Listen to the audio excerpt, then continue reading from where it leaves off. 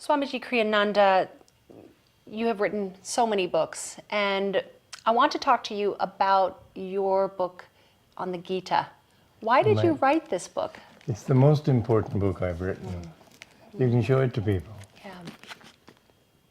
I was with Yogananda when he was interpreting. He said to me after he'd finished it, he said, millions will read this book. But millions will find God through this book. And I'm no longer in his organization. I have not his original writings.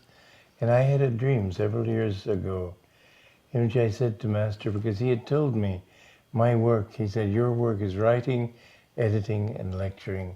How could I edit his books when I didn't have access to them? And I especially was asking him about this one because he was so keen on getting it out. But what they did was, really it was a disaster.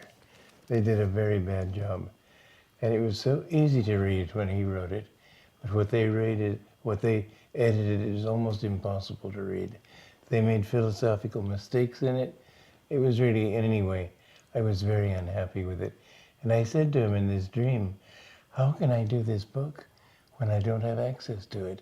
I know you told me to do it. He said, don't overlook the possibility of a skylight. And many years later, I thought, well, at least let me write what I can remember. And I sat down and started to write. I suddenly found I could remember every single book, everything he said in that book.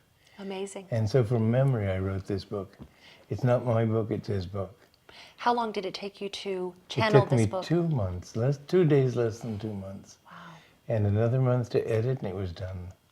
So, to Yogananda, this was his most important piece of work. It was his most important piece, even more important than Autobiography of a Yogi.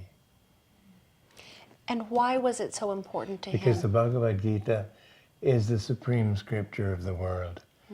Jesus' sayings are great, but they're tied in with dialogue and situations and so on.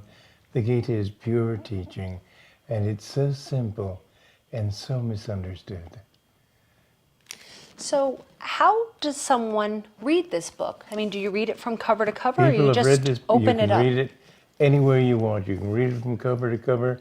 You can read it any sentence, and it will be meaningful to you. Many people have said this is the greatest Gita they've ever read. Oh, beautiful, beautiful. Thank you, Thank you. Swami. Thank you so much.